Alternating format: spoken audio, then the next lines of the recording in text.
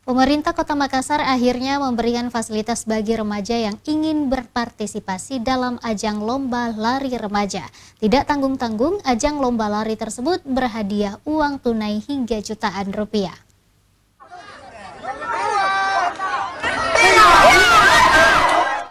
Viral di media soal lomba lari anak remaja pada malam hari di ruas jalan Kota Makassar. Pemerintah akhirnya memberikan fasilitas bagi remaja yang ingin berpartisipasi dalam ajang lomba tersebut yang serentak diadakan Senin malam kemarin.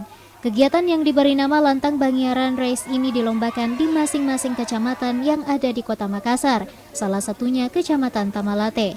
Tak tanggung-tanggung, Lantang Bangiaran Race ini berhadiah uang hingga jutaan rupiah. Jumlah peserta yang mengikuti Lantang Bangiaran Race wilayah Tamalate sebanyak 55 orang. Ini merupakan inovasi dari wali kota bagaimana merangkul anak-anak muda yang sebagaimana kita ketahui di Makassar itu diketahui anak-anak mudanya hanya tawuran, tapi kita mau merubah pola pikir anak-anak muda ini.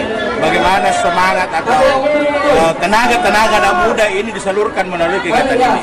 Makanya ini sangat diapresiasi oleh seluruh unsur masyarakat yang ada di Kota Makassar terus di Kecamatan Tamalate. Di mana setiap perwakilan kelurahan sebanyak 5 orang. Dari hasil seleksi di masing-masing kecamatan akan dipertemukan di final memperebutkan Piala Wali Kota Makassar yang akan digelar pada tanggal 28 April 2022 mendatang. Rusma Wandirara, Celebes TV.